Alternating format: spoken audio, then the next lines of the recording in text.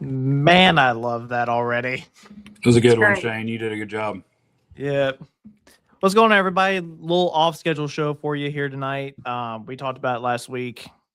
We had the chance to do the interview with the Sebastians, and of course we're gonna get into that. But we had a major announcement drop today on us out of nowhere with WPI and NCPA and the Outlaws. Zach, do you want to kind of take that over because you've kind of had a chance to read into it more than I have today? Just basically, I read the press release. Everybody else did. Full Pole Entertainment, WPI, and Outlaws have joined forces to, come into, I don't know if you call it a partnership, buyout, whatever you may call it, but to move the sport of pulling forward. Yeah.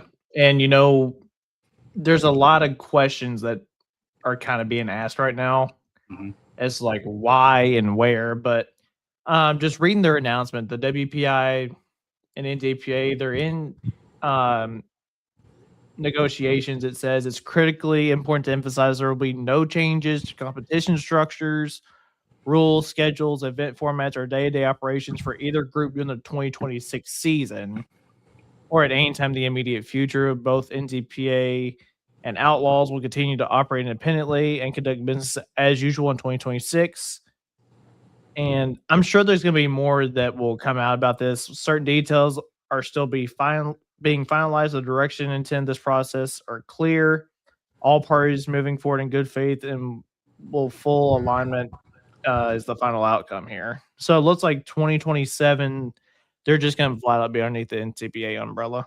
That's kind of the way I read it. Nothing set in stone. You watched Dan Mayer's video, today he emphasized that no changes for 26, which I think this late in the game, that's a very, very smart move for both organizations, not to just upset the apple cart, this close to season. Yeah, absolutely not. But you guys have any additional thoughts for this as to like where this is going to head? Does this make the NCPA's schedule a lot bigger in 2027, you think? Do we see places like Wisner and Rock Valley become Grand National hooks? All I can think about is do not get the cart ahead of the horse and do not assume something that you do not have information on. Right. It's way too early. Like Charles says, this is the silly season you've ever seen in your life. And I think it's going to get more. It's not over. It's going to get more silly, but I don't know if we're going to know any of that till fall. What they're going to do. I don't either. I think it's important they got the announcement out to get it, on the radar with what's going on in the sport, in my opinion. And I'm glad they did. I think it's good for all parties involved. I really do. Yep. So let me throw the question to you guys for this. What do you guys hope this accomplishes overall? I know, Wyatt, for you in particular, I would imagine a rules unification on the Super Farm side would be a want because of where you guys are geographically based off where the Outlaws run to. This isn't just a Super Farm thing, really, because you're at the point where I read with the implication of a new regional single engine modified class, which within regions I do not know yet if it's region 3, 2, whatever it is. It's basically bridging the gap from the west to the east. So it's coming in 2. Mm-hmm.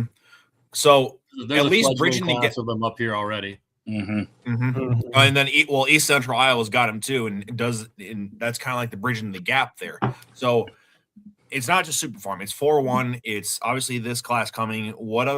How does this help other areas of pulling? Like, do the Outlaws with, say, closer hooks within the region as well? They can hit both, and say rules unification comes of some sort. Whether they align with NTP or Outlaw currently, it's gonna help in one way or another because the easier ways to cross bridges without having to go through customs and whatever you want to call it for polling, it's much easier. Yeah, I agree, and I think it's kind of like any business in this world today: buying power. The more you can conglomerate and get together and put your product out there. I mean, yeah, maybe you're right. Maybe the Wisners, the Rock Valleys of the world become Grand National hooks. and then they do develop a new region out there. Time will tell, but I just think as far as the polling scene goes and growing, the two organizations are going to feed great off each other. Yeah. Yeah. I think it'd be some good communication. I look at, away from the competition side, the efficiencies that they can pool some resources on, particularly insurance. Now you can combine both tours for their experience modification on policy and probably, I'm hoping, get better pricing in future across both groups. And that only helps everybody. Mm-hmm. Yeah. And the possibility of like what we see with Elite Motorsports and drag racing, the possibility of sponsorship allocations across multiple organizations too, I think would that's what I say. The bigger you are, the more sponsorship, the more eyes you got on the sport. I think you take Case IH, for example, sponsored both organizations. Makes perfect sense from Case IH's. Oh yeah. I think it's good, and I'm anxious to see where it goes. What's this do to the box turbo deal, you think, on the 4-1 side? No, according to that press release, nothing. Until 27. At least until 27. So I think you're going to see, in my opinion, your thing of rules, unification, it's going to come to that, because I think you're going to see they're going to have to put the rules together if they're going to run under the same umbrella. That's all there is to it. Oh yeah. It'll be interesting to see how everything shakes out, though. There's a lot of things happening in the world of pulling, Mm-hmm. And this is kind of like the last really and truly quiet couple of weeks that we have, because we're only 3 weeks away from Cloverdale now. You're a week away from quiet. Christmas Eve is tomorrow. It isn't going to be quiet. Christmas Eve tomorrow. On the motorsports side, sir. No, on the motorsports side, it's going to calm down a little, I think. I don't think. No, so. it's not. The silly season is just beginning. By the way, halt your speak of quiet motorsports. We're a week away from another poll. Mm-hmm. Yeah. Yeah. Right down here in Lexington. Oh yeah. Yeah. Yep. I drove by Eddie Carey's place today, and there's one sled sitting there with a smoke machine on it. Yeah. Man, it's coming. I retract my statement then. Jeez, we're there. It ain't slowing down. I mean, you got Lex, Cloverdale, Farm and the dirt for Chili Bowl is in. And the Chili Bowl and the Tulsa Shootout are U.S. streets are on the way. It ain't slowing down, bud. Yeah, it is. This is as quiet as it's gonna be. This is it. Okay, for the next you better enjoy these next 56 hours. You right. You know why it's quiet? Because everybody else is wrapping gifts for their kids. That's why it's quiet. Yeah. Which I still need to We do. do appreciate y'all jumping in tonight, though, for sure. Man, there was another kind of announcement that got slid under the radar today. I don't know what everybody's opinion is, but PPL removing the turbocharger limit rule for Pro Stock. Oh yeah. Don't know. I don't know if I saw that today. How I feel about that. I think it's a good idea, but it was not on. I don't think it was on their main page. It's on the PPL page. On the tech page. Yeah. Yeah, I don't know that. But they knew about this at the banquet, though. This was happened for a while. Yeah. So NTPA's got the 6.5 limit, right? Yep, which is what everybody agreed on.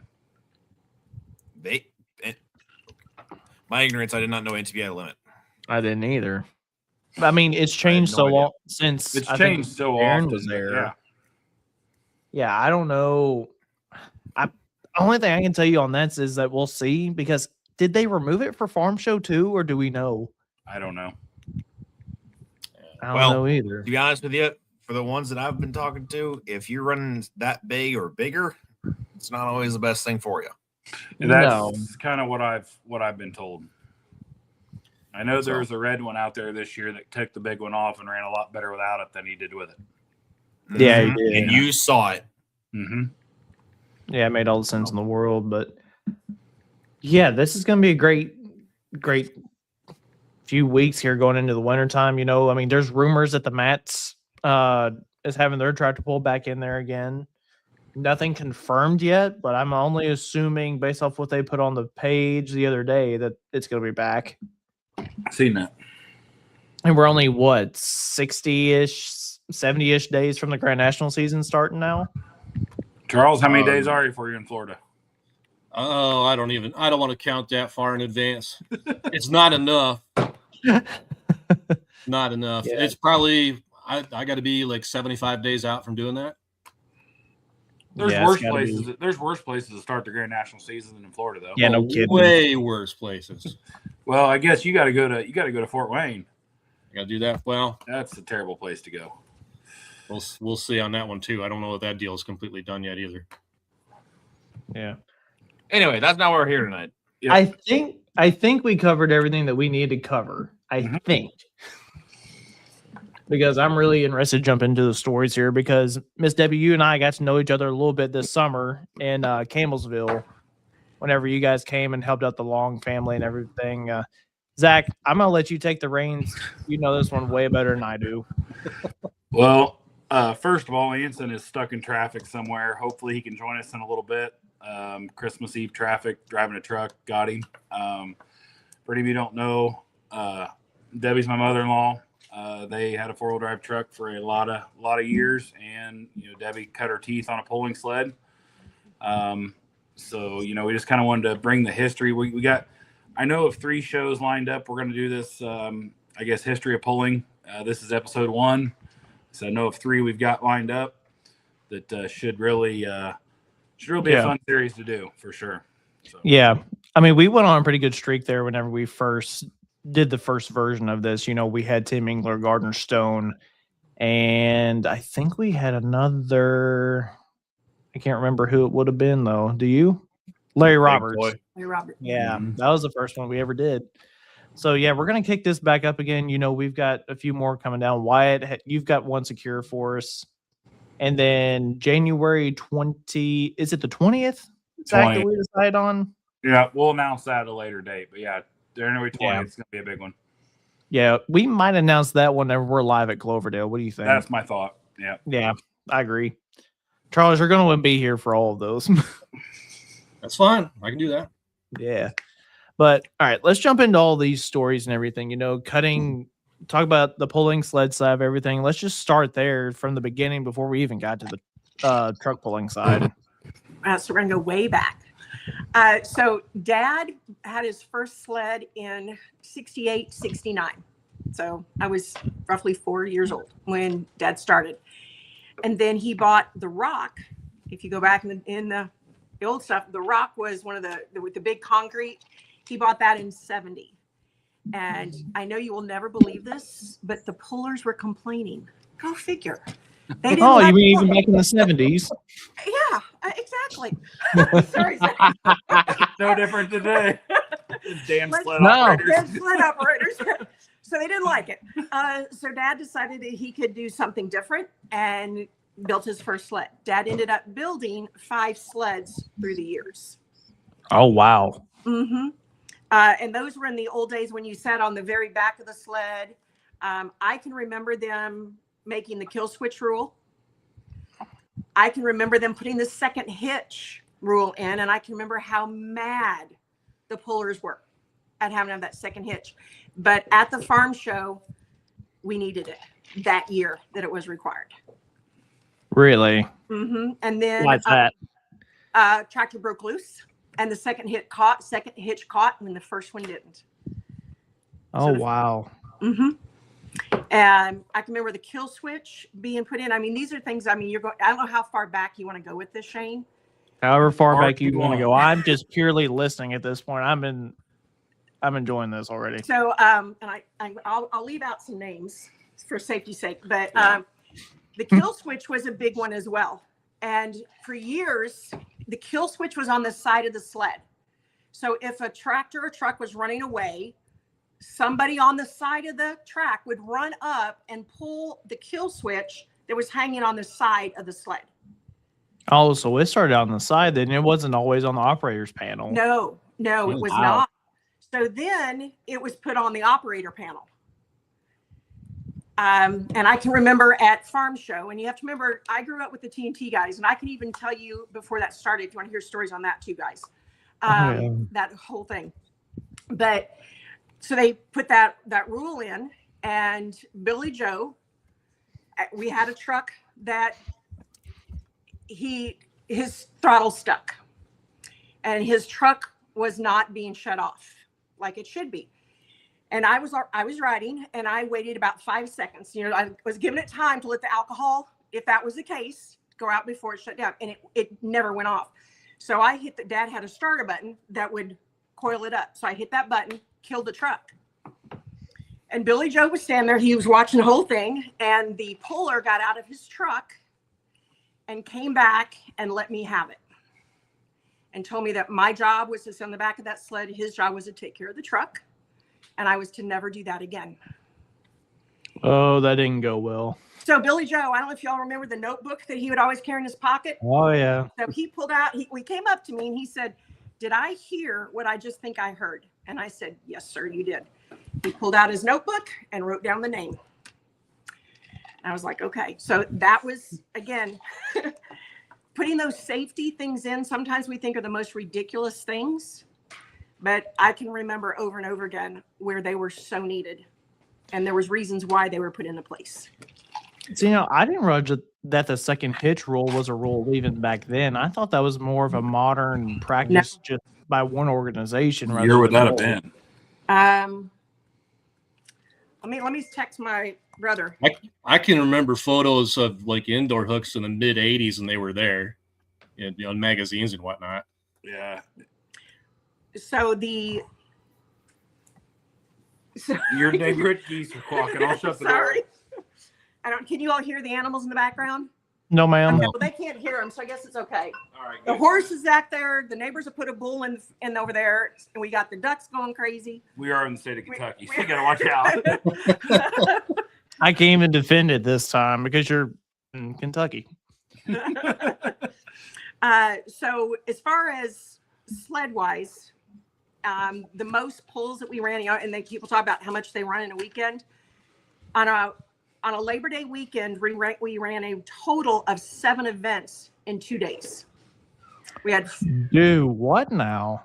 right, so we would pull all Wow. day. They'd have a morning show, an afternoon, and an evening, and with the multiple sleds. Yep, I'm out. Yeah, you'd have been long out, wouldn't you? I don't like to run more than once in one day. Mm-hmm. I know. So as you know, the sled people, we always say we're the first ones there and the last ones to leave, Mm-hmm. and we really are. It's a fair point. Mm-hmm. What year did you guys start at Farm Show? Get the sled. Early 70s. We were not allowed to go in the early years. Right. Why's that?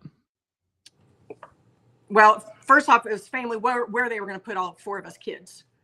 Okay, fair. Dad's, exactly. And I can remember us begging to go to the farm show, and Dad let us go. And I was in the very top. You couldn't get seats together because it's always been full.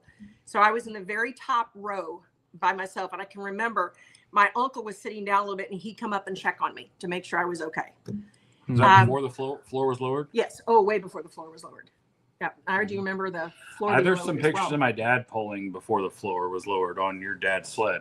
Let's see. I'm going to text Rich and see if he remembers and We share. tried to get Rich to come on tonight, but he's too busy partying in St. Louis tonight. So Oh. But Dad pulled at the farm show as a puller before he had the sleds. Dad pulled an Oliver. And if you look back, you will. Surprise. Yeah, exactly. Shocker. Yeah, Rich just sent me pictures. He does not have time for me, I don't think, right now. Did we just lose him? no. Oh. No, we're here. Zach's over here playing with his computer. So Dad pulled an Oliver 88. He and the gentleman that helped build his sleds, Lamar Gruen, had an Oliver. And if you go back, you will see that Dad had a pulling tractor with a lawn chair on it for a seat. I think I've seen a couple of old pictures of that. Yeah. Yeah, so Dad had the lawn chair. And he actually won the farm show before he took the sleds there. Yeah, Dad and Lamar Gruen. I got the chance to see your dad pull at Half Century of Progress years back. Last year. Yeah. Yep. We were there with So- the tractor that year. Yeah, Dad loves his pulling. That was for sure. So that was, the sleds were from late 60s, if you want to call that the first sled he got that really wasn't much, up through the 90s. And Dad always said that when all of his kids grew up and married and moved away, he lost his help. And that's kind of true. So I can remember Farm Show, the TNT organization getting started. We were at Owensboro. Dad, of course, had the sleds there. Our whole family was there. Outdoor, I assume. Outdoor. Mm-hmm. Okay. And Donnie Biddle came up on Saturday afternoon and he said, we'd like for you all to come to lunch tomorrow at the house. And my dad was like, didn't know what. Dad's like, okay. So he's telling Mom, and she's like, what for? And he goes, I have no idea, but he's asked us to come out to the house tomorrow. So we go to Owens. After the pool, we stay. We were going to go home that night. We didn't. So we go to Donnie's the next day, and Donnie's kids and us, we're kind of outside. I mean, we're just kids. And I can remember Mom and Dad getting in the semi, and Dad said to Mom, he goes, do you know what that is about? Mom's like, I think I do. And he says, they're getting ready to start an organization. Oh, this is before TNT got Before going. This is TNT. This is TNT. Okay. So they had planned that the summer before and met with Dad at the Owensboro pool and then started the organization in 79. Wow. Yeah. So I didn't there's- realize TNT was so much in my back door because Owensboro's only Oh, it's right down there by you. Right. hour and a half, maybe. There's no Yeah. good way to get to Owensboro either. But Billy Joe, Donnie, Carl, Gene, Drag, all those guys. Now, what was the gentleman's name? England. What was his name? Joe. His first Joe name? England. Joe England. Mhm. Okay. Yeah. He's Now, the one they're who liked to pulling water now. the track at the farm show all the time. Right. So now they're pulling now. His son is I'd heard Mr. that. Brad, right? I I just think- I don't know the name, but I think you're right. Yeah, somewhere. Yeah. Joe England. Yeah, he was the one who was in charge of the water hose farm show. Everybody had a job. Just like Drag did all the lineup. He stayed over at Broadbent and he checked everybody off. He would keep track of the numbers just to keep track with what was going on in the building because you know, you had the PA there. And when Anson won the farm show, Anson still has it. Drag gave him the cards where he kept track of all the numbers while they were pulling. That's cool. That was that manual stuff that we used to do a lot of. Wow. And then, so do you have a question, Shane? I was going to ask, when did you guys implement the laser system on the sled? I do not remember what year that was because we went back and forth. It was a farm show, wasn't it? We actually tried it before farm show because there was a question of its accuracy. And then there were some pullers that, you know, because and still this day, we would pull up to a block. There was either a 3x3 or 4x4. You would bring we had a string that went across the back of the track. That was the starting line. And people would put the block where we were supposed to bring the wheels to. And they moved up to the cone. So there was some question on how accurate it was. And we were at a big event. It may have been the Dome.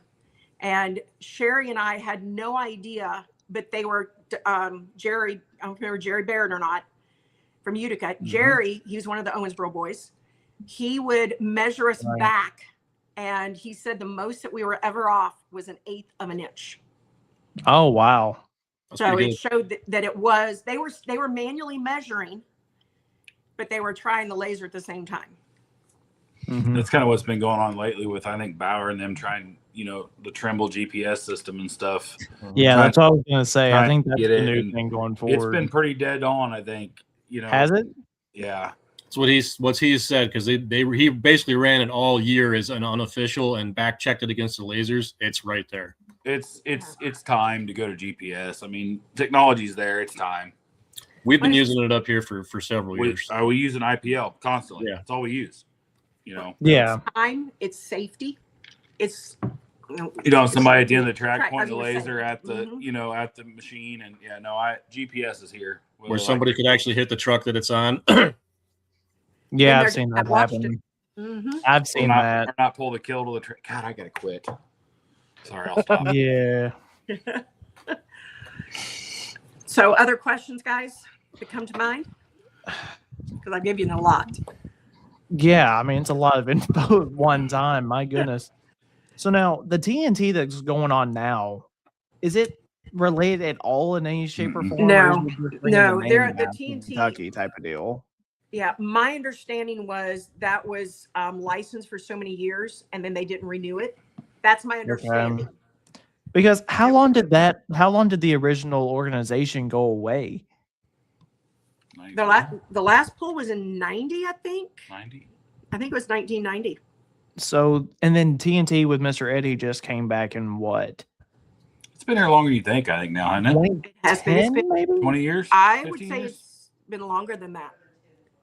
10 or I mean, 12 years. how long Eddie's it's did a good been. job with it down here. Oh yeah, definitely. I'm trying to figure out, correlate the timelines because I wasn't really sure when TNT of now started.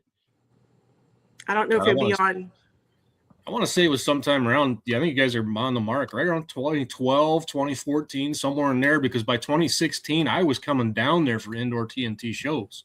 Mm-hmm. Which Rupp Arena, I think, was the first one, wasn't it? Yeah. Oh, was it in Rupp?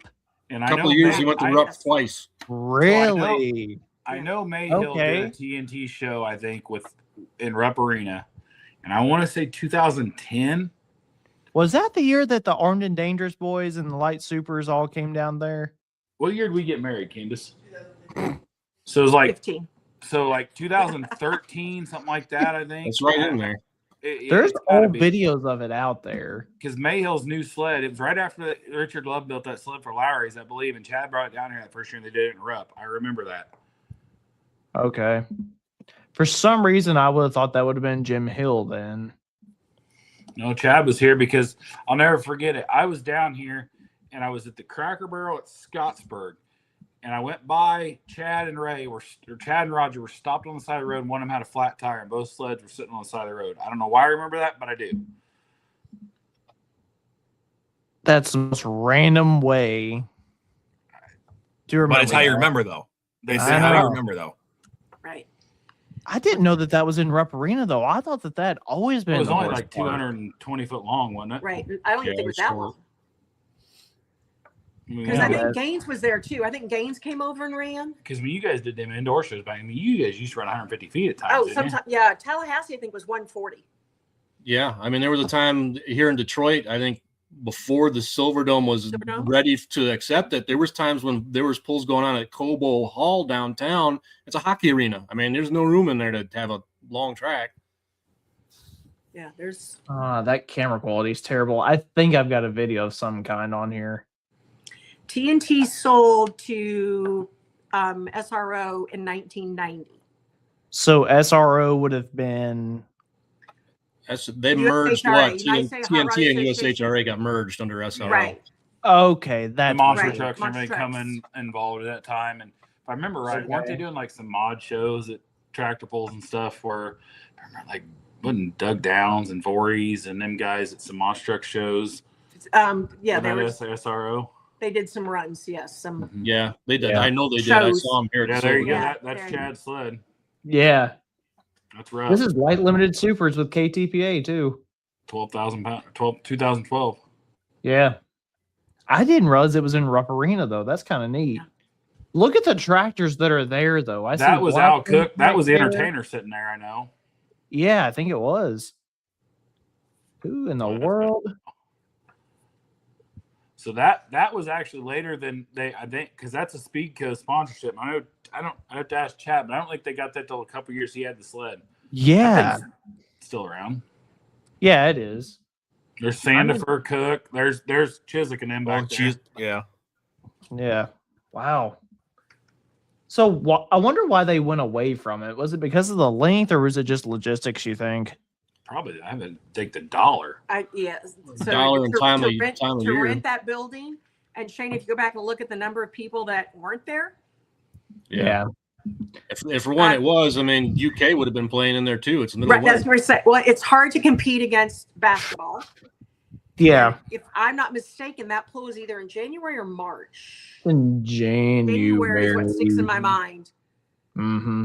Well, I mean, that's what it is now. I don't know what it would have I been. mean, I can remember, and Shane and Wyatt may not remember this. I know Charles does, but I can remember back when Louisville played at Freedom Hall, and you'd stay in there. They'd pull, and they'd be playing basketball at 1 o'clock the next day. Oh yeah. No, I do Before- remember that. They'd Yeah. be finishing the Before Saturday Bellamy night ever did last it. top 3 winner circle, and there's already dump trucks rolling in to take dirt Yeah, the out. excavators down the Yeah. tunnel, and away we go. Yeah. Danny's crew was always there ready to go. So now it's funny you say that because I'm looking at it now. 2013 would have been the first year they went to the Alltech Arena over there in the horse park. So 2010 had to be in Rupp, I would think, I think they did rep 2 or 3, 4 years. They Yeah. did? 2013 still underneath KTPA too. I saw that when you were showing that. So talk to us a little bit about KTPA. Did you guys have much involvement with them? We ran KTPA a lot when we had the super stock because there was Did so ya? much. Because there was so much around here. Like super And- stock tractors? Trucks. Trucks. Okay. Mhm. Was that see, on DOT tires? No, It wasn't. no. So the super stocks. So you go back to merging classes. So there was a super stock 4-wheel drive that had 370 Okay. cubic inch limit, and then there was a mod class. So like the Duttons, Billie Jean, Mike Witt, the Wilsons, the McClones, the Mobleys, all of us ran super stock. Mike had a super stock truck. He did. Really? Huh. Yeah. Which I think the super stock she's talking about is kind of like what we run with IPL and ITPA and stuff now. Mid-South, yeah. Yeah. You know, Carbureted. yeah. And then Cubic inch limited, little smaller tire. they put on a Little- hell of yeah. a show. They did. They That's- put on a fantastic show at Cloverdale last year. Mhm. Mhm. Jake's little truck's that now that Isaac runs. Right. Brad Chamberlain, them guys.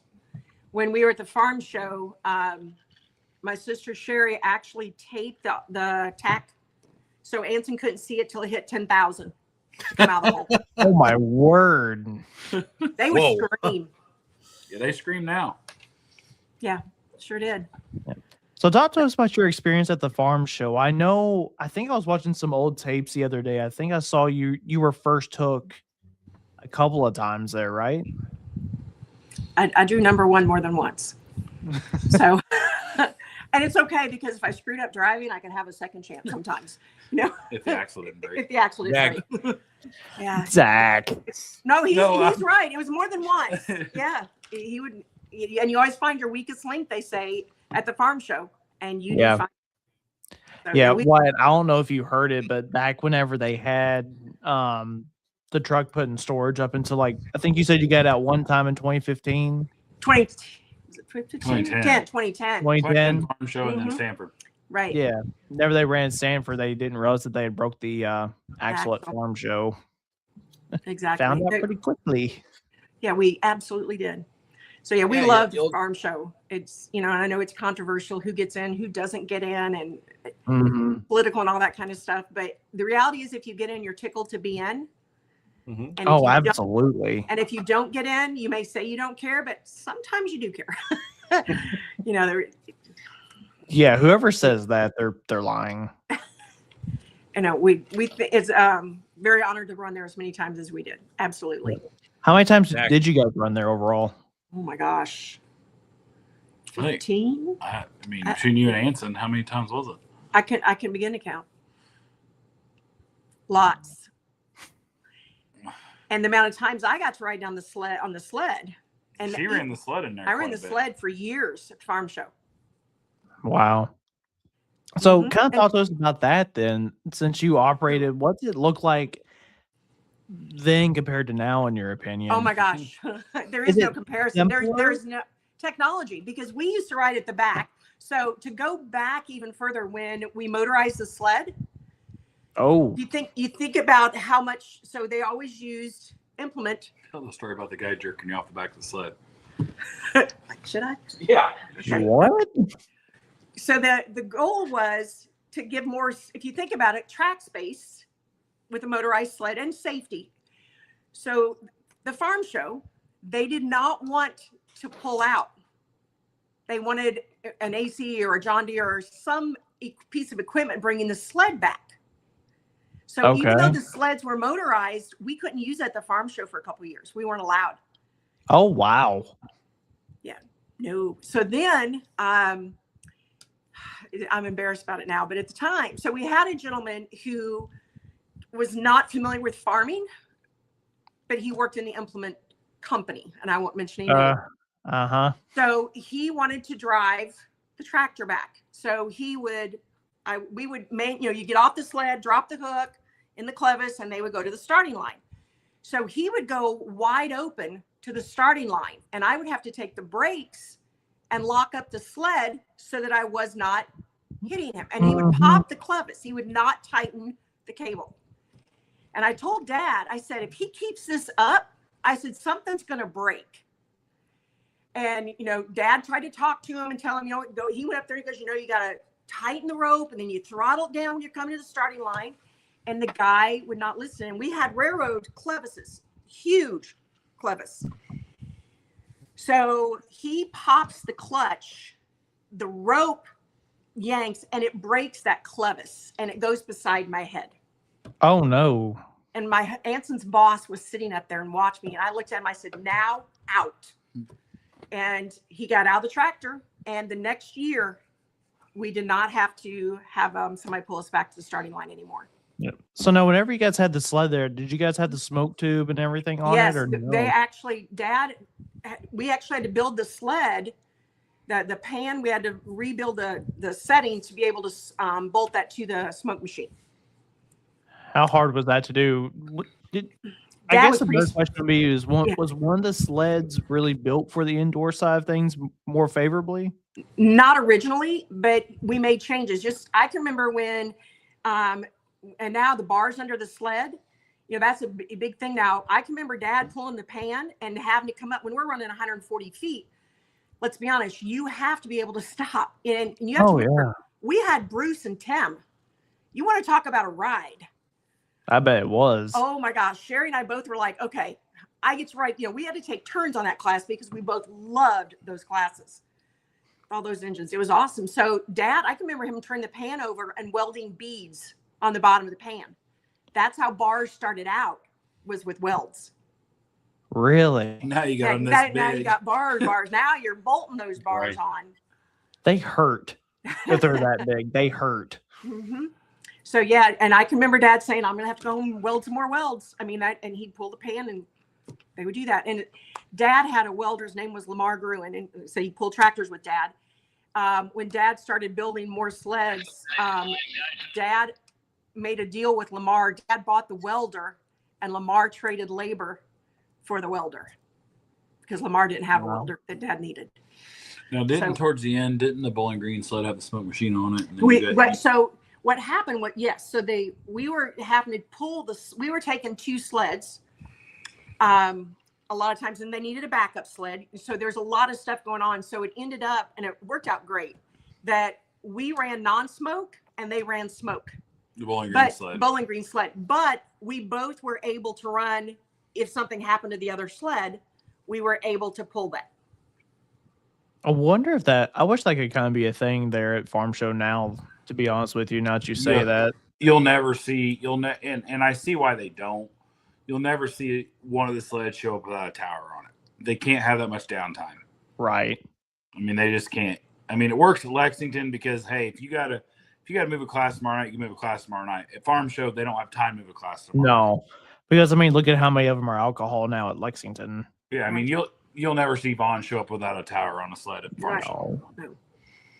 No, it used to be, and when that pull was over, you have to take it all apart. It all had to come down and be packed in the box. I seen a Snapchat or TikTok or whatever of Bo and then putting, the telehandler. A lot easier than it was back then. They just set in the weeds until you need them. They pick them up telehandler and bolt them on with, 10 bolts or whatever it is, and you're good to go. Yeah. I didn't realize that they could haul that going down the road like that either. Oh, yeah. I didn't know that. Used to not be able to. Did you know that, and Charles probably does, I don't know if Wyatt and Shane does, DeCoin, Charles, what year to be? They ran two sleds and one common box in the middle that both sleds had. That was like 08 or something when they tried that. Lowry's had two sleds with Tucker, Haggard, that whole deal, where they ran ran a smoke machine, two sleds with racks, and they went to a common box in the middle, went out the back of the building. Clint's already liked the show. I don't know if he's still watching. He might be able to tell us what year that was. Because I can remember I might still have the DVDs in the other room. that was cool because I think they had a hydraulic flapper in the box, if I remember right. And somebody sit there, and when one track went, the other one did, and they closed the flap off. And because I think that year Shramick was there with the Diesel Super, Esden was there, Kenny Hale was there. There was quite a few DeCoin, and that was but The smoke machines have changed over the world too, over the years too. So Yeah. years and years ago, there was the Owensboro boys owned that show, the farm right. show, the pole Mhm. itself. If you go back and look at the history of it, it's pretty cool. So there was with EPA and everything going on, there became a huge blow up about not enough oxygen in the building. So they decided the state hired people to come in and measure the air through the entire event to make sure that it was on the up and up. And I don't know if you've ever been under the sides of that arena, but there's like tunnels underneath. So I knew that they were measuring the air. I mean, we all knew what was going on. And of course, the smoke machine, it leaks and it fills the building, and they put in special equipment to pull that out. But Sherry was riding at the sled, and Billy Joe says, "Come walk with me." And I was like, okay. So he goes, "I want to show you something." So we go underneath the tunnel, and he goes, "They're checking for the air." And I said, "I do." So he showed me everything. And I was like, "So is this the state's guys?" He goes, "No, these are my guys." He goes, "I want to make sure the state is providing the right information." So there was 2 studies going on at the same time in that building. And that was Billy Joe. He So wanted now- to make sure. What was the smoke machine technology like then? Was it still pretty well what it is now with like how big with the big fan and used to everything go out the back. outside It used to go out the back of the building, and then and they up put the ramp? yes, and then they Okay.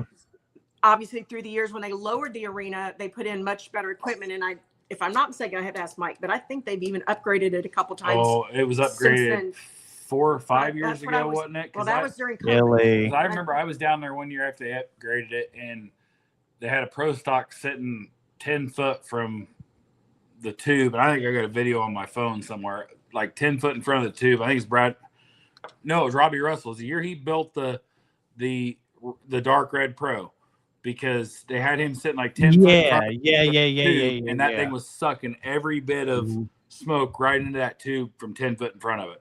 Well, and it would melt Yeah. the tube. If you think Oh, about yeah. that technology from the 70s and 80s, it's the tubes are so much better now.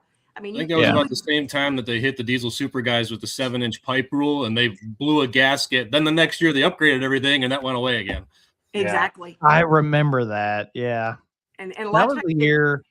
Ooh, I think that was the year that there was a few that didn't apply because of that. I think there's only 3 sets of and somebody correct me if I'm wrong, but I think there's only 3 sets of tubes in the country that can handle 12 pro stocks at a time right now.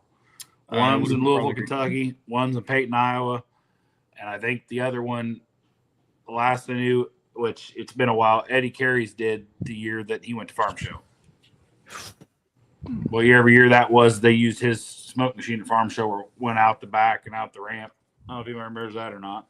I don't know if his smoke machine can now. His machine can't, but the tube can. Yeah. Because I mean, I remember we ran 5.0s at Murfreesboro on it last year, and it was all they could handle. It got hot in a hurry. I mean, we get them hot. Like it's Brandon's will handle it, or Donnie's will handle it if they're not a lot in a row. Yeah, I'll agree with that. I'll be curious to see. His isn't the only one. The guy that has the sled up at Keystone, his can. Do you not remember the videos from the last couple of years, Shane? Mm-mm. Okay, One good. class like 3 times. Did it break The- apart? And nothing against them guys, but the heat that even light pros are putting out today, that tube is just It's got to have a break. taking a beating. Yeah. Now I remember it breaking in Freedom Hall a couple of times as a kid. I remember Yeah, the year they- my brother broke it.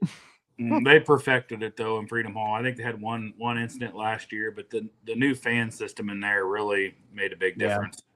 So how does all that work? So is all of that tubing and everything that comes in there, is that all Vaughn's that just hooks up, or is that the from what stage I understand, two? they just bolt on the bond that sled. when we had the sled, we brought the steel. I'm going to use it that way. We brought the shell, and then their tube hooked because I could be wrong, but I think that Eddie use the farm show tube? Well, he might have Was used it from the sled to the Y or whatever, because you remember they went up and over that thing and then went out the whatever year that We was. still They do that, I they think. went up and over the ramp and then out the right hand side of the ramp that year. Mm-hmm. Faint memory of that. But I think, and I don't know if it was there last year, but up to last year, I think Vaughn's smoke machine came as a backup and sit out there, hooked a big semi out there. The purple semi was sitting out there with the smoke machine hooked to it. Yeah. How many times have we ever had to go to a backup sled at farm show? Once that I can remember. I think I can remember once, and they went from the green to the red. And if I remember right, Vaughn sent that green one home, and they brought Biggs out.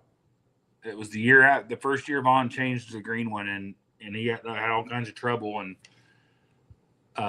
Maynard brought the purple one out and took the green one home. Vaughn said, "Get this son of a bitch out of here! I don't want to see it." They went to the red He one. was not happy. No, because there was the year they had to switch from the red sled to the green sled, didn't they? They've never used a red sled at first in there until the case sled. Nah, that's not true. 2005 they did. It was all red. The green one didn't come till later. It went from purple to red to green. Well, I'm talking in the later years. Oh, okay. I was saying 05, I know it was in there. What about the year Garrett Green went in the sand? Didn't they change sleds? God, That what was the year year I'm was talking that? about. That was What the year year? that Vaughn sent the green one home. Was that 10? I don't know. Something like that?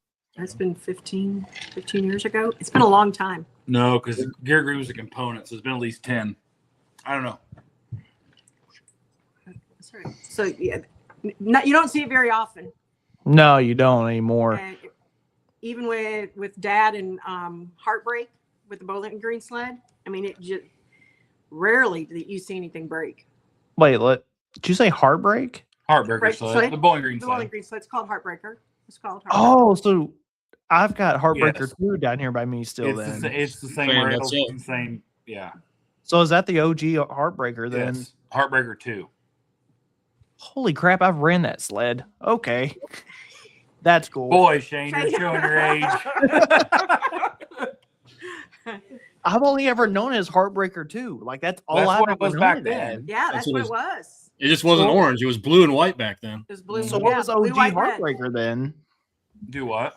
So what would have been the original Heartbreaker? The Bowling Green The Bowling sled. Green sled. Okay. Now I'm getting Because- it all lined out. Okay. Charles, Yeah, I know you had some question about the arena days. You told me earlier.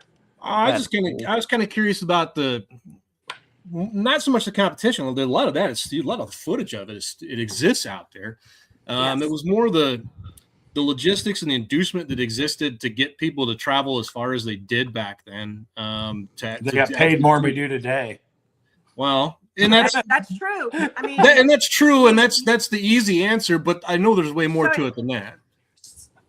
so with the Owensboro boys, I don't want to say they were fair, but I think that's the best Oh, way. yeah, That's 100%. that's the best way to put it. If they had a good event, by the end of the week, you got another check. They took care of the pullers. Yeah, you may get fuel money. Right. You know, they just took care of everybody. And I think that was, and there was a loyalty there. And let's be honest, you guys are still running for just because you love. You're not running to get rich, and you're not running to make money. You're doing it because you love the sport, you love the family aspect of it. So, Oh, yeah. So a lot of these guys in the winter, what are you going to do? Oh, well, we would go to Tallahassee. We'd stay out for a week or two at a time. I mean, I can remember when we would do the circuit ourselves, we were going to miss school, and our kids, when we would take them out at farm show, they get a terrible disease that week when they were younger. It's called colitis. And they got it for years. So the pullers that, you know, we'd all travel for weeks on end. We'd stay out, spend time in Florida, and it was a family atmosphere. Now there were some crazy things that happened there. So we're having a discussion. I can't remember if it was Macon or if it was Minneapolis, and we may need to get Dan Mayer in on that, on which pull was the first one. But all of us kids remember that when we were at Macon, there was a brothel across the street from the arena, and the news team was there filming the pool, and the brothel caught on fire, and the news team left us and went to film the brothel. Priorities, I guess. Is it like what pool has got a strip club in Macville. Macville. Yeah, and they I got don't- a bar, Wait. a strip club. I don't know anything Dude, about what? that. Not Yes, anything about Macville and the church and the strip club are all in the same general vicinity. You can Yeah, walk there. You can literally walk. You can see it. Well, you could. It's not going to be at Macville anymore. Well, No. OG If you were- Macville. if you're at the OG Macville, OG Macville. So There was one across the parking lot from Fort Wayne too. Yeah, Showgirls, I think it's 3.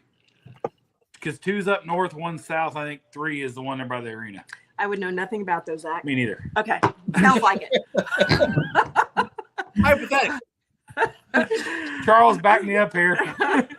Hey, I Don't was married in those days sorry. too, so I didn't frequent the establishment. I have no idea what it looks like inside.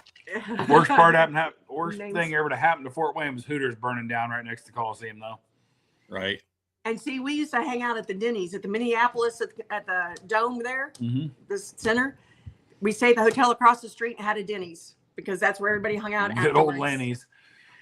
You ever get into any at various places, whether it be Boston, coming to Pontiac, the Rosemont Horizon, go to Minneapolis, where you got stuck in bad weather? Brother. Oh, Minneapolis! The amount of times in the snow, you never knew what was going to happen on a show. Cincinnati was always a great one. We did Raleigh, Durham. We went out to Norfolk, Tallahassee, Atlanta, Macon. Loved going to Atlanta. So yeah, we loved all those big shows. They were a blast. And then of course my brother Rich, we grew up with Go-Go, Brian. And then Rich, when he was little, he used to help Brian get dressed. He's like, someday I'm going to do that. And then my brother Rich was Go-Go for years. I'd love to find out where that is, if it's even exists. The uniform. my understanding was Rich found somebody that had it. If I'm not We need to mistaken, get I it could be wrong on that. I don't know about the original, but somebody is wearing one at current TNT events. Yeah, but they don't look near like the original one. No, it doesn't. It doesn't. No. So and those are things that while they're corny away, that people still to this day remember. And Pull It. Do y'all remember Pull It? Oh yeah. Yeah. They would Pull It and Go-Go would be constantly trying to knock each other off the mini bike. Correct. Shane is like, I have no idea what you're talking about. These two at the top. Like, I'm like, Nope. what? So Pull It was You gotta a remember chicken where I'm at the from. farm show. You've seen the chicken at Farm Show on video, surely. The what? So You've seen the chicken at Farm Show on video, surely. there's a video Uh-uh. of my dad and Pull It fighting. It was so Carl Mercer, one of the TNT guys, his son Scotty was Pull It. He was the chicken. Yeah. Oh. So you had the Go-Go and the chicken. They give them mini bikes and go-karts and just do stupid stuff. Oh, Go-Go! In Remember between. he come out with toilet paper? Yeah. 200 foot down there, and everybody laughing. I mean, it kept the crowd entertained. I mean, you think about the mascots with the universities; it's the same concept. Oh yeah. Just having something going on when everything else was. And I remember when they put monster trucks in. Oh my gosh! You wanna Monster talk trucks about used to be the sideshow for pulling. yes, Mm-hmm. absolutely. Yeah. And we used to get to ride in the monster Mm-hmm. trucks. I cannot tell you how many cars I've crushed in my lifetime. Oh, Oh, that's cool. all the time. Mike Witt, Danny, Stomper. Yeah. I just sent Mike Witt an article last night I seen on Facebook that circulated around about him and Stomper back in the day. Yeah. yeah. See, now that's where I can dig into the history side of things. I really dove into the monster truck history as a kid. They would, and they probably would have stayed as a sideshow to pulling until somebody figured out those shocks, and then they could be fast, and it was all over then. Yep. Mm-hmm. Yeah. Well, Bigfoot used to come over by my dad's, and in this little bitty town called Sereno, and would go through the mud on Sunday afternoons. I can remember. When I was little. I can remember our county fair, probably and I'd have to ask my dad. It was, I was born in '87, so I'm gonna say like 95, 94, 95, where Bigfoot because we're Ford dealers. So back in the day, Bigfoot and Ford, it was like, Yeah. like this. Yeah. If you had a Ford dealership and one of the sorry, Weimer's texting me right now. If you wanted the monster trucks, all you do is ask. I remember our fair one year. Bigfoot, of course, Dan Patrick with Samson, great friends of my family's, theirs, everybody. We had them all there. Getting them on too, aren't we? I'm going to work on that. On Dan? On Dan, I that won't think be an that- issue yeah, at all. I don't think so either. And they all showed up, but they were there the same night as the tractor pull. But that was right, probably like 95 is right when monster trucks started to kind of take over the. I think it was earlier than that. Was it? I think so. I I never do. asked Dad to see what year, because whatever your snake bite. I know it was because TNT ended in 1990, and they were the ones that started the monster trucks. Whatever your snake bite was debuted is the year they were at at our county fair with Samson and Bigfoot and all them that We had year. Scott Stevens in there. Scott, yeah. Scott. Yeah. Now Scott drove. Oh, In his- what Oh, else did he drive? there was, yeah. I'm trying to think, but like Didn't he drive Batman for a minute? that was later years, but like Because Pablo took over for Scott when you Scott remember was Sky young. Hartley? Scott Hartnock? Well, Sky Hartley, he drove a Bigfoot truck. He was there. Mm. Dan Pat, I mean, yeah. Yeah, the last time I got to ride was with Scott, and they were getting more and more competitive. And Scott came off, and the truck went vertical. And I got out of the truck, and Dad said, "That's the last time." I was like, "Man." So yeah, we used to ride those, and then Danny Christiani pulled his Mac for a show as well at the TNT events. So semi pulling was back in the 70s was going on. Mm-hmm. With that. So the Full Pull magazine, do you remember that? Where Toto Joe. Yeah. no, Photo I'm not Joe. Full Pull. No. Oh, yeah. Power Tracks. Power Oh, truck. Power Tracks. So I'm sure you know remember that magazine from years ago. So Woody. I do. Charles does. These two don't. Yeah. Okay. Power Okay. Tracks and Pulling Power magazine were on the newsstand at the local bookstore in town every month, and I'd go get them. Shane's going, what are you talking about? So Charles. I've got the Puller magazine. That's about all I've got. Okay. Yeah, you might want to go through history. Teen That one. Crunch. That was it. Teen Crunch. Yeah. Yeah. I So- remember that one as a kid, but I think Yes. it was David Smith drove it for a while. So David Smith had, and he had the ambulance. Yeah. Darn it. Yeah. And then his Oh, brother Charles Charles Jugs helps and out Speed. here. Mother Jugs and Speed. right. I'm about to start nerding out here on the monster truck thing. Okay. So Charles, in the pulling tracks, if you notice, there is a writer named Bud Hoover. He has a lot of Oh, yeah. articles in there. So when you go back through and look at that, you never met Bud Hoover that you knew of.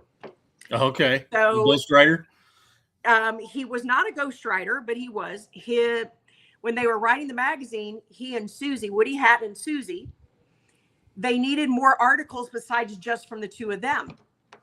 So Bud Hoover started putting out all these articles. So I asked Woody one day, and I'm like, he always seems to know everything going on, but I've never met him. And he goes, well, you have, you just don't know it. And I'm like, well, can I meet him now? Because I'm just curious. He goes, you're talking to him. I'm like, what? He goes, we needed another writer. I couldn't put my name on every story. He says, my favorite beer was Budweiser, and my middle name is Hoover. He said, so I started calling myself Bud Hoover. So when you read Bud Hoover's stories, Woody Hatton really wrote them. I would have never known that. No. Yep. I just looked it up. Snakebite debuted in 1991. So they'd been there right around that time. That's when SRO. Because went out. I remember them coming to the fair, and Snakebite always wore that sock or whatever. Where he didn't want, and he would actually go. He'd actually go into a vehicle or a building or something and take the sock off, take all the stuff off, and then come out and talk to everybody. You had no idea who he was. See, now they've tried to recapture that 2 or 3 different times since Isn't that then. Tailgater or something now? Yeah. And you know, the Monster Jam as we know it today, the Bigfoots, the Samsons, they don't screw with that. They're not a part of No, because BKT tires and It's all staged. RII is the other thing it. now. Well, then too. guys like Bob Chandler and some of those others refuse to sell everything out the Feld. Right. Yeah. Gravedigger. Tailgater's still around. Gravedigger sold out. What? Right. I know I know, yeah. But he Do used what? to. They said Tailgater's around still. But that I think that's you know not a Feld Yeah, it's not. deal or whatever. I'll tell you another one that's still hanging around, the Independent Saints Monster Patrol. Yeah. When IPL did the Jamboree last year, which Charles was there. The Hall brothers were there, and what was there, 8 or 10 trucks there, Charles? Something like that. Yeah. Yeah. At Those least. guys, they're all independent. Yep. I'll tell you a place that's near for me, Zach, anyway, that's got a fantastic independent show. Evansville, Indiana. They have got like 16 or 18 trucks every year. Mm-hmm. It's insane. And them guys are paid by the event, as far as I understand. Yeah, they are. They used to be here up towards the Quad Cities, Moline, Illinois. Used to have like a big independent show of like 14 to 15 trucks a lot of times. Mm-hmm. So, I'd rather go to one of those shows now. Now, don't get me wrong, the backflip thing's all cool and all that stuff. Now, I remember whenever the first backflip started to happen with, it was either Pastrana 199 still, or it was Nitro Circus back in 2011, 2012 area. That's never all that stuff started happening. I don't know if you guys know this, but all them tricks are designed like 15 miles from Gordyville.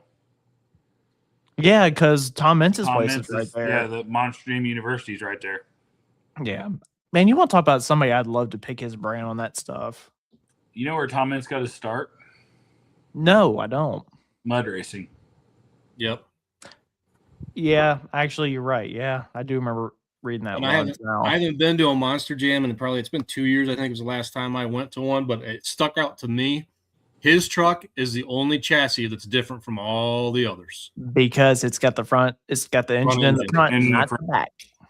Yeah, I never understood what difference that made, though. I never understood that. Do what? I never understood why he put his engines in the front as opposed to the back. It's probably just what he learned with and what his preferences were, and got it written into the deal somehow. Mm-hmm. That Rich would be able to. Rich would be a good one to answer you all and all that stuff for sure. Yeah. At the Houston, the Astrodome, the monster truck. Oh yeah. Oh my gosh, that was absolutely awesome. Watching them run. Would Bulldozer have been in that crew? No, that was way before that. No, that was way before that. Yeah, because we ran 3 tracks at the Dome, at the Astrodome. So now, were you guys a part of the pulling in the stadiums, like where they would pull on one track and then go over here to the other sled and pull again, and they would combine the 2 distances? They did that in Houston. That was SRO days, wasn't it? Was it? Yeah, but see, Rich was at SRO, and Right. we went with SRO. So, because we helped Rich with some of those That shows. had to be in the 90s. Yeah, I want to say that was in the 90s. They were trying some gimmicks in the 90s. I remember at the Silverdome one night, I think they had, I don't know, a dozen minis that would drag race each other going down the track and whatever. They've tried all that stuff. It's never going to work. Too many variables. Too many variables. Well, even the sleds, even though they're the same, they're not. Right. No. You can never. So you're not. Anybody that builds a sled today, or even back in her dad's day, it's like a tractor. You can build 2 tractors identical. They're not going to be identical. Nope. I don't care what you do. Tim Engler will tell you that. You can build 2 of them identical, and they're not going to be identical. They're not. They aren't. So what year did you guys build the new truck? Which was 90, because you got the body before anybody knew what it was, right? 95. I'm thinking 95. Yeah, it was 95. Yeah. Because the 97 F-150 or whatever that Ford did the big change, they had the body before anybody knew what it was. Right. We got it out of St. Louis because Anson worked for Ford. Went and got the body, and that was my Christmas present. And I got him a new clutch. She did. She got a new clutch for Christmas. Pretty good Christmas present, I feel like. It was though. So other questions that come to mind? I mean, there's a lot there, isn't there? Yeah, there is. Because now we're just really lapping into like what my favorite time period has been to go back and research and do. Honestly, it's Yeah, just there's a so lot. much info for What someone year- like it's just so new and everything for me. I mean, What I can year- only Is 94 last year's sub as a farm show? No. Yeah, 94. 94 what? Last year's sub as a farm show? Yeah, 90. Yes. 94 was last year that they're subbing at the farm show. Candace was a baby. Because I remember my dad ran there in 91 was last year you were in there, and he pulled the heartbreaker, but your dad's sled was there without the smoke tube in 91. I was pregnant with Cody, so that would have been 95. So 95 was Yeah. last year they were there. Because That's I when wasn't allowed to Vaughn ride come in. that year. So where's the sled at now? One of them's on pull off for sale right now. Mhm. They're all, as far as I And know, if I had 30 grand, we'd own the thing. Hang on, I'm looking. Don't go there. You'll get all kinds of bots and stuff. That's a terrible website to even search. I will look. I want to see what it looks like now. I think Not all bots sled, in the computer system, bots from something else. I think all sleds are still active and, Except for the first one, right? except for number one. Yes. It's still there. Yes, exactly.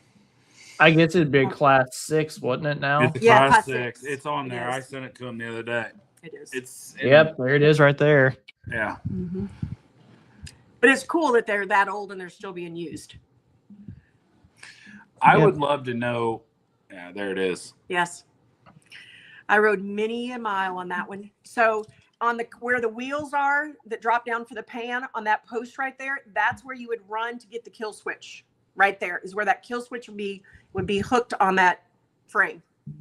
Okay. So somebody'd have to run up there and pull it. You know, they have the And board on and here now. You said over I here. sat on the right side? I sit on this side where the where the little wheel is. There came out from there, and we had air brakes on there, and we had it was a manual T that you held. You engaged the box for every run. So now, what classes could that thing run now? Being a class 6. I think you'd run anything up to like a hot farm. Yeah, I think class 6 is good up to, well, I know it's good for super farm because up until a year or so ago, that's what our sled up here was a class 6 for the longest time. I just heard a kick. Let me see here.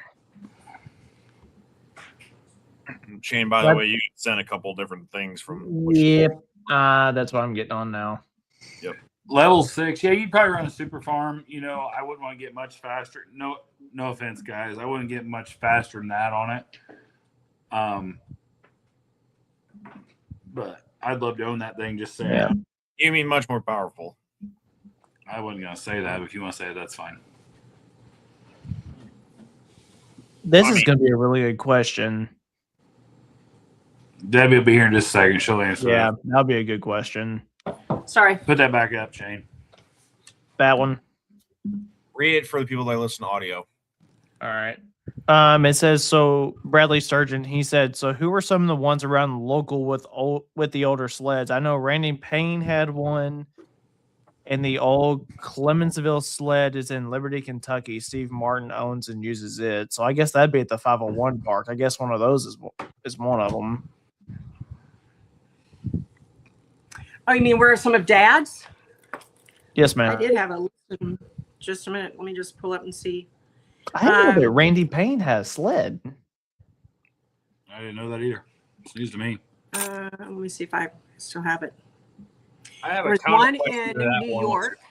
I think the And one what he you- just showed was that come from New York and end up because we It's talked in about that a couple Indiana. years ago. It's in Indiana. Yeah. Yeah, I know they're still around. 'Cause somebody had, we just had this conversation, well, not too long ago. Number 1 is still sitting in Greenville, Illinois, right? Correct. Correct. Oh, let's see. Share screen. We found a video of the night train pulling at Bowling Green too. There you go. Yeah. What year was that? Oh, Oh, eight. 08, because that's still old school Iron Man red. That was never the what light I that have, started though. going vertical. That was a good run. Yes, it was. Scott Doty. I think it was Scott. Yeah. Was it Scott or was it men? Bob Men. I think it was men. Yeah, that's Bob. The flags are Bob Men. And He had the most unique way to gotta stop go, a we gotta vehicle. show. Charles, just so you know, Shane wants to flag test passes at Gordyville or at Cloverdale until somebody with horsepower comes up. He's like, no, you can have that. Yeah, no, I'm not doing light pro. I'm good. Give me them sticks, man. I'll do it. I said, Shane, you wouldn't know what to do when Jeff's coming at you. You got to clock him off within like a 3-second band. My first experience flagging was interesting enough when I had whole. I've had some very, very nice experiences flagging. Charles and I experienced one. We'll always have that bond, won't we, Charles? I will tell you what. Yeah, If you're we're gonna be able to tell that story for the rest of our lives. If you're at the end of the track flagging, I'm dropping 6 or something until they change flagman. Charles and I were the only ones up there the year after that. Heck, we were the only ones to stay out there for the very next run. Yeah, you were. and not like Nobody nothing. else was hiding behind stuff. God bless how far we've come since then. That Because next year, I looked over and like everybody's scattered, and there's Charles and I. was like, well, thanks, bud. I'm glad you're here with me. You go, we go. yeah. Oh, I'll never forget that. So number 3 or 4 is now in Indiana. Nathan DeLay from Rushville has it, and that was Oh, Steve yeah. Singer told me that one. Is that Dino? No, it's not one of the Singer sleds. I know it's that black one. Yeah, no, it's the one they use for antique pole. Oh, okay. So 4 and 5 were the sleds that we motorized. 1, 2, and 3 were not motorized Okay. on that. So yeah, sure. I was just going back. Sherry, Rich, and I've been texting a bunch of stuff about a year ago, so it's kind of cool to go back.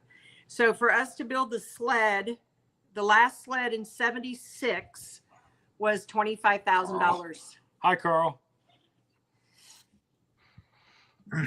So I had a question before when it comes to like, and this is just my ignorance to it. What's the reference to like actual town sleds? Like each sled had its own like town name or a reference to it, or what was that about? That is something I am curious about. How in the world do we come up with the names of these sleds? Well, because Just like you do a pulling tractor, I would think. So the rock, because it was like you were pulling a rock. Heavy. So when Dad built his sled, Ah. they were making a comment that these are going to be super sleds. So Dad named it Super Sled. So that's what ours was called. So I don't know if this will. I don't know if we can see it. If you hold up, they can. Yeah, Jake, hang on, man. I can make There you go. Yeah, One second, I'm one second. I'm doing That's it. when we had. What are you doing, Shane? I don't know. I broke it. Okay, There I you go. tried. So Oh, that looks Where was great. that? So that was when we had the rally. Well, when TNT was sponsored by Rally, that might be. Is it Cincinnati? That's the think one I that's- wanted. There we go. What's that? Oh, There, okay. now hold it up.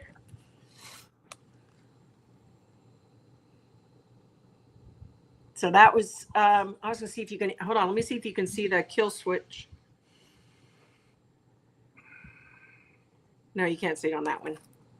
And then, And that image with the kill switch be on the opposite side. yes, it sure would be on the driver's side, for lack of a better word. I remember that. Yeah, and then there's another one that adds a super Oh, sled that wow. had TNT on it. So By the way, Zach, before when you were referencing the Rupp Arena, I found a video all the way back to 04. Really? Ooh. Bet Uh, you can't see anything out of that camera, can you? Not really. No. It was- Orange Blossom Special is the one I found of it. There's who's tour that? guides So we sitting got in to the place back. it for our suitcases. So I'm gonna. How much did one of the blocks weigh back then to go into the sled? It's still 2,000. Still, they were a ton. That Still- hasn't changed. Oh wow. Okay. So on this, where this green is right here, when there's 4 of us kids, and we'd all pile in the semi, there wasn't room for luggage. So Dad enclosed that and built a lid on the backside, and that's where we stored our suitcases going down the road because there wasn't room in the semi for everything. And people Gotta do did what you gotta do. And so when some others were building it, they enclosed that, and they had no idea that's why we enclosed it, was for suitcases. Wow. I mean, you gotta do what you gotta do. I mean, Exactly. And that's what we did. So I do know this is one of Dad's now. I don't know where it's at. Not sure how I got the picture even. I mean, they're still out there. Oh, did that become Maverick at one point I don't know. or something like that? People send them to me. Keep me updated. Man, I didn't realize he had built that many of them. He did 5. And then, of course, with the Astrodome, we had 3 tracks and they had to have backup sleds. Oh my word. Right. You don't think about that, do you? I didn't realize they ever ran 3 tracks indoors anywhere. Yeah, they actually would do, and the dome, it was absolutely awesome. They would do truck parades, and all these 4-wheelers would come in and they do this big parade thing. And we had the 3 tracks, and then they had the monster truck running as well. So Vaughn was starting to build at that time. And I can remember, bringing in another sled, and Dad was talking about it. Rich was working for USHRA or SRO, whatever you want to call it. And they needed sleds. And Dad's like, that Vaughn Bauer, he's building some real good equipment. I can remember him saying it. And he said they have 3 girls and a boy, just like we do. Rich, I think they'd be a great sled to bring on to Houston. So that kind of was one of those cool things. That's how long ago that Dad compared to Vaughn and the families. I wonder what his first sled looked like, because I really don't know. Was it black? That I don't remember. I don't know. I want to say it was black. Really? I mean, it don't look much different than what they do today. I mean, Vaughn lowered the rails. I remember right; they were more flat. Yes, he did. Charles, do you know? I don't, but I got some older film that I haven't had a chance to get to yet. That is from Iowa area. It might be in there, but I don't. I want to say it was black with like a white letter with green highlights, if I remember right. I know that at one point there was one that was like a bright blue. It wasn't one of his first ones. You'll but I never know see that was Vaughn one have of another them. blue sled. Nope. There's not many videos of that one either. Nope. You'll never see Vaughn have a new. No, you know why? Did that turn into the purple one? No, I think he sold that one, but he'll never have another blue sled because of Kinsey Manufacturing. He went the same color as Kinsey, didn't he? Yep. Vaughn will never have another blue sled. I had no idea. I'm trying to remember what year Rich brought him in. And Ned, bless Ned's heart, Ned was worried about Rich bringing Vaughn in. And Vaughn got to the dome, and Ned, I would call Ned was all over that sled. He was just worried sick what was going to happen at that pole. Bringing in somebody like that. Ned Walliser.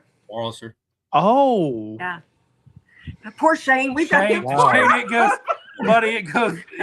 You're way I didn't back. realize that Ned was involved that far back. Oh yeah. Yeah. Mm-hmm. Dang. He sure was. I mean, it's amazing, knowing what I know with their sled technology and what we know today and how far it's came and It's huge. how much these sleds have changed. It's just crazy. Who was the first one to put a cab on it? Vaughn. Was it Vaughn? Yep. We had a windshield. Dad made a windshield for the rocks being thrown out. Yeah, up through the 90s, so many of them were open station with just a windshield, and that was it. Well, Mean Green's still open station. Yeah. I pulled it last year. I never thought I'd pull that thing again. There's a few in Wisconsin still open station technically, just the with. Yeah. Is that the blue one, Wyatt? Well, Iron Horse was one of them. That's red, right? Dark red. Red. And Yeah. then the partner to the used to be partner to that Iron Anchor was. So, which It's amazing how fast these sleds have got today. What technology's done. is crazy because both of those are still pro stocks today. So it's like, all right. I mean, you just I've got people sending me pictures of some of the sleds now. One of them's one of your dad's, I think. Does anybody know what the actual purpose or idea was behind the uphill climb of the weight box of a sled? down pressure. Yeah, it was. What was that before push down come around? Yes. That should make sense. Put the arm right when they put the arms on. Dad put arms on That's Vaughn. There's Vaughn's first one right there. Yes. Well, I think a lot of the early thumb ones before they were self-propelled, that was how you got the backs back to the back of the sled, was gravity, is running back down the Right, ramp. the box, to bring the box back, because when you Yeah. put that weight on, and I mean, you think about some of those have the flatter rail, they had problems getting those boxes. Even for us, I can remember times that they would have to put a pair of forks on it and get the box started because there's so much weight on those things. Keith, you might be right now that I think about that. I wondered that. I think Dave may have had a cab before Vaughn did. I think Vaughn had Oh. that like the 2-post ROPS with Yes. the You might be- cover. yeah. But Keith, I think you're right. I think Dave did have a cab. See, now I was gonna ask, are we It gonna was like do a it based off the 9500 open John back? Deere cab, if I remember right. Yeah, Yeah, you I was might. gonna ask if we were gonna base it off the open back or not. I think Keith, I think you're right. Now I think about that. We've still got a couple. There's still one down here on Mid South that's still got the open back on it. Yeah, Robin Woods old Yep. sled. Yeah. Yeah. So that was Dad's sled. Ah, okay. Yeah. That one's still alive and well. Mm-hmm. Yeah, and I think, if I'm not mistaken, Robin's I is the love one. That, Robbins that now is a sled. Bauer, right? well, the black and orange sled. Yeah, but the maroon one's a Bauer, right? Yes, but yeah, Robin bought one of Dad's first ones. I think Robin got the one that they rolled going to the Missouri State Fair. I think you're right. I'm not Yeah, mistaken. that's another one of them right there. Yeah. I can't zoom in. Yes, on it is. for some reason. Oh, that box looks big. So we had at one pull, you're talking about the weight of the sled and the rails, that we had a mini rod sled that didn't show up for an event. We were in Pulaski County, Really? Illinois, and they didn't know what they were going to do. And Dad's like, I think we can run mini rods. Of course, they're like, there's no way. So we used to tie the pan up. We had chains on the back, and you would pull the pins if you need the pan to be all the way on the ground, or you chain it if you wanted to get them to have a better start. So Dad actually filled the box full of weights, and they thought Dad was crazy. And Dad's like, I'm counterbalancing. Trust me. So Dad put all these weights in the back of the box. We never ran the box. Dad went up to the front of the pan and could pick the pan up off the ground, and it would float back down. Oh my word! And one of the mini rods said, I can do this. And we ran mini rods on the sled that night and had a class. And it worked. It worked. That's crazy. So you just think about that counterbalance. You don't think about what that can do. But a So now mini would have the uphill part of it, that have helped that then? Because I don't think you could do it if it was just flat down like rod, that. you're probably right, Shane. I'm thinking about That would how make that it would make work. sense because it allowed it to come up. Yeah. Lifted the pan up off the ground. You can have a big sled with mini rods. You can. We did. In today's world, I'm not sure you could. Only one way to find out. Oh, guess who's home? I'm gonna say Anson's home. No, you couldn't have one today because I don't think you can put small enough. Anson just walked in the door. If you want to pull up a chair, they're waiting. They're wanting to talk 4-wheel drive.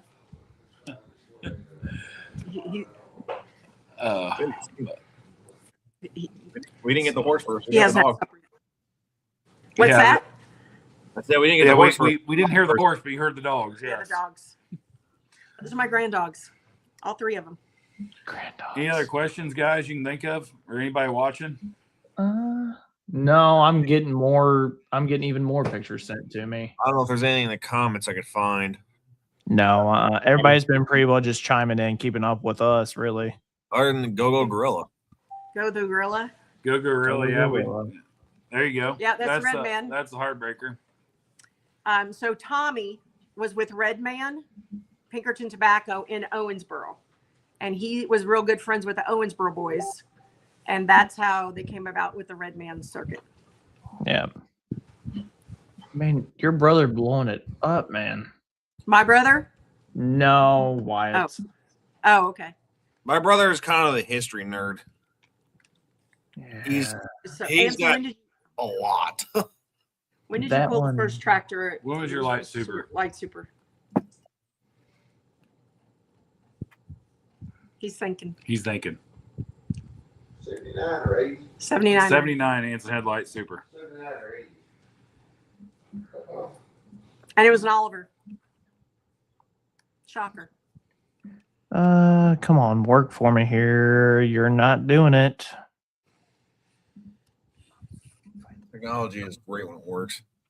Yeah, it's fantastic. Yeah, So that's Heartbreaker there, right? Right. That's the Mhm. Bowling Green sled. So now this one's turned into Heartbreaker number 2, I guess. right. And see, he was on top, but he didn't have a cab. Anything. So now, I guess that's another thing I wanted to ask too, because I've kind of been alive long enough to see the light technology change. Right then, it was just one light. I remember whenever they used to be circular, Didn't it be and then yellow? now they've moved to vertical. We didn't ever have a yellow, but I remember anyway. As soon as the box was engaged, so I remember we didn't have lights, and then Shane, it was where when you engaged it, then you flipped on the light. And then Okay. they decided that it needed to be mechanical, for lack of a better word. Yeah. And then they Yeah. went back now, and I don't know at this point. I think now it's LED, and if you hit the brakes, the red light It comes comes on. on. If you don't have anything engaged or nothing, and the box gets engaged, it's green. If I remember right. Okay. Yeah. Green I will don't go out. If that air clutch comes open, the green light will go out. Right. So now let me ask you this. So why has it changed so much? Is it just for visibility's sake over the years with how the lights have developed? Right. It's several reasons. Safety. The pullers think that somebody might not be doing something fair with the sled. So it takes any accusations of, well, you didn't kick the box until it was at 25 foot, that kind of stuff. We used to hear that all the time. I think part of it from a guy that runs the flags a lot, it's the visibility.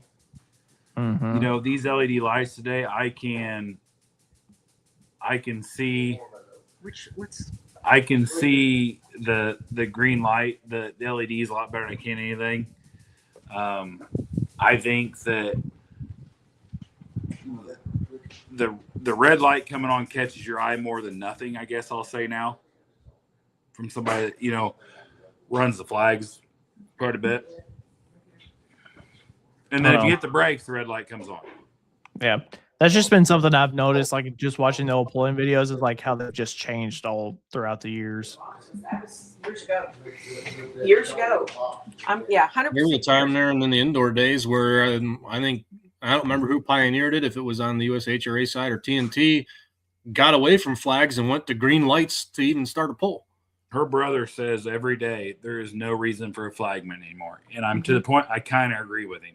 Yeah, The technology we have today, why is one of us sitting out there getting a chance of getting killed like me or Charles? Yeah.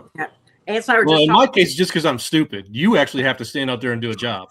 But then, on pull off, I get ragged because I asked the guy to back up when the block was laying on the ground, because I was just an idiot at that point, Yeah.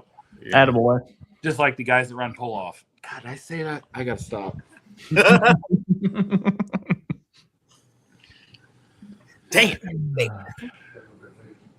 Hey, never that slips out like that. You know that? Yeah, that day I'll never forget getting on pull off the day. It's like, why'd you ask him to back up? The motor was laying on the ground. I was asking if he was okay. It's like, well, no duh. So Like me. There was a whole lot of gesticulations of "Are you okay?" going on in that moment in all directions. Yeah. that whole deal that night. My dad would have hooked to your sled then too, because he pulled in farm show in 80, Oh yeah, I think 82. absolutely. Zach, I think my dad and your dad ran against each other a time or two. Because your dad had a D21, didn't he? Oh yeah. I'm sure We they still did. got the original My side dad's- field sitting in the shop. Dad started with a 210 and it went to D21. And his D21 was actually the circuit breaker D21, which Carlin's had for a while. And I don't know where it ever went now. Okay. Charles, do you know where that thing ended up? I don't. Yeah, I remember them having it, but And then Wait a minute. Hold on. it was all aluminum back when I remember seeing it last. And then the 7045 got built, which in turn turned into the 8030, which was the Deutz Alice debacle in in Elkhorn that year where the employees got told, and then that tractor got sold to the Schramicks in '92 after Farm Show. That's one of my favorite stories that your dad tells. Yeah, that was a pretty cool deal.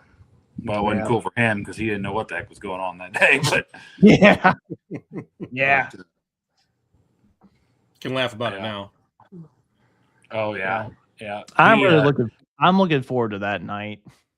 Yeah, that'll be a fun one. But they, Dad to this day wishes he would have took when they sent him that Deutz Alice logo, it was made out of a piece of wood to put on the grill of the tractor. It was actually Dremel tooled out of a piece of wood. And Dad goes, that's one of the things I wish today I would have just kept. Oh, yeah. What the thing have been worth today. The OG. Mm-hmm. So, Just don't know. well, guys, I think we've ran this one long enough. Yeah. Yeah. Hour and a half, but I've learned a lot in an hour and a half. Probably things you didn't ever think you would learn, right? No, not at all. Charles was sitting back going, yep, we knew you youngins wouldn't know what we're doing. Nope. Like there's a reason why we call it the history and pulling. We called it that for a reason, for sure. It's Hey, gonna be I certainly don't know it all. There was stuff I heard tonight that I hadn't, maybe bits and pieces, but now I can connect some dots. yeah. Mhm. I guess the one Yeah, final it's- question to ask: do we see Night Train make a return to the track sometime in the near future? Maybe for I don't know. another Anson, you ride. want to come answer that? He's warming him up. You some want to come supper. answer that? Who knows? To be determined. Like I like said, that sit right idea. down there under that light. Semi-trailer, everything. Everything's right there. Trailer and everything. What was the last All right. version of it? Was it still a big mod four-wheel drive, or was it a version of a four-wheel drive? Right. Big Mod mod? 4-wheel drive. It was the one you guys showed a little bit ago with the purple and white Mhm. body. Yeah, Bowling Green. It's still Yeah. sitting right down there. And so what was the guy's name that did the body? No, in Missouri. GTS. Yeah, George. Because I'll he tell you did it. The family that revives the OG Simon Says will gladly do it for you. Yeah, Yeah, that thing's beautiful now. that thing came out absolutely great. Yep. It's So, pretty. Yeah. Y'all want to go through some of the lines for Cloverdale, or you guys want to save that for another time? we'll say that for another night. All right, sounds It's good. 9:30 here. So Yeah, man, I'm telling you, this going an hour earlier thing's great. Whoever had Mhm. that idea is a genius. don't take too much credit, would you? I'm talking about you. You're the one who said do it. I know. There's a lot of people that also suggested it too. So I was like, all right, yeah, we might do that. Yeah, I'm Yeah. game for this because when I'm at home and it's 11:30 and I'm going to bed, I'm not happy the next morning. No. No. But Fair enough. yeah, Charles, thank you for jumping on with us, buddy. Sure, as absolutely. always. Everybody have a Merry Christmas. Merry Get ready for Christmas. more Yeah. silly season because it's just beginning, folks. And This is our last one of the year, isn't it? yes. Yeah, this is gonna be our last one of the year. Real quick before we jump out, favorite moments from the year as far as Motorsports Almanac goes, or your summer went. I think for mine, Shane, is you not believe me, Idaville's a town of 20 people and it turns into 5,000 a night of pole night and your jaw just dropping when you walk into that place. Yeah. God, I hope I That get to or- go back there. That or you and Charles announcing Friday night at Greentown together. You guys did a phenomenal job. Appreciate I that. Thank you. appreciate Did y'all that. review your farm show stuff? We did last week. Okay. Yep. Missed We that. What ended about you, up Charles? 80 I think probably for me, the coolest moment of the entire year was one that was actually a little bit on the private side, and that was sitting in a barn in the middle of California with Mr. Purser and his unlimited drinking beers at 3:30 in the morning. That was pretty cool. Mm-hmm. Wyatt, go ahead. Or Wyatt? Gonna go a little personal here. Finally getting the monkey off our back that we got a Grand National win for the first time in 11 years. Made in Farm Show. Yeah. Farm show rookies.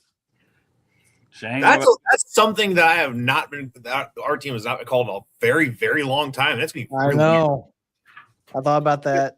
Because that tractor is going to be on the track for the 35th season. Yeah. Announcing Idaville was definitely one of mine. Getting to come up there and do y'all shows this summer. The top 5 finishes on the Grand National Tour, obviously, and Honestly, getting to interview Rodney Schnitker starting off the year in 2025 in Cloverdale, Indiana, after he won 5-0s indoors, was pretty freaking cool. What's your favorite polling member of 25? Now, I know you've been to a few. We've ran into each other Yeah. multiple times. We have. I just like going, you know that. Mm-hmm. We went with the Longs this summer. Some just kind of hang out with them, and of course we go to the Phillips and love hanging out with them as well. I will say one Bowling Green. that probably yeah. other than that, the highlight to me was my pass at Fort Recovery and Charles. Oh, Collins. yeah. Oh God, that was That was- I was expecting that- you to say that. That will go down in history when I heard Charles call after that. Yeah, I know why Vaughn took it away. I get why they did what they did. Yeah. Looking back now, even Vaughn will tell you himself they should never took it away. But Yeah. that was probably from a poll and actual on the seat. That was the highlight of the summer. Yeah, that was a When I look- monster pass. When I look at the flagman, he's just like, "Yeah, I'm just going to let you go by." And I know Big's probably in the cab going, "Where is this guy going?" He said, I didn't know where he was going, but I was going with you. It's 33.5 mile an hour. It was fun. That's awesome. See, I think they ought to give the speed now too. It's coming. I think that would It's be. I coming. think that would add to the pulling. That's going to be part of the They whole do full poll speed, deal. and if From they what I do hear. the tire speed, that would be another thing. You Oh, just that'd started be doing fun. non-component chassis. Still think it'd be cool. Charles, we incorporate that big time into our show at Cloverdale every year. I like being able to talk about the ground speed, but I can think of back in the past, and I'm going to pick on four-wheel drive pullers because it was them who didn't want me to do it. They did not want it announced. They didn't want the Really? older guys knowing how fast they were going down. Right, the they track. didn't want the gearing because gearing is Yep. so important in our class. There was an ATPA Grand American event up here back around 99, 2000, and I was walking the pits, and I want to say it was Donna Webb's truck, had a spreadsheet on the dashboard of all the ratios and speeds, and I'm like, should I be seeing this? Because that'd be top secret info.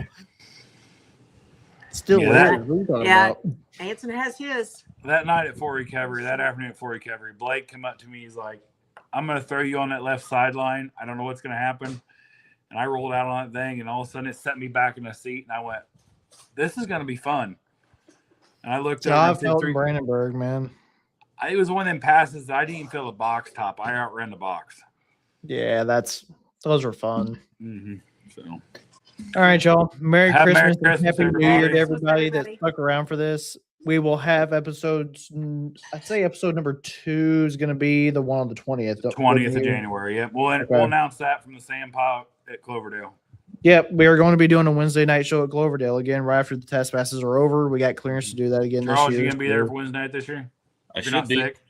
Yeah, if I don't wind up with Not in the IV stuck hospital, in me in a playing hospital. And then I don't drive to the wrong hospital. But anyway, It's a story for another day. Yep.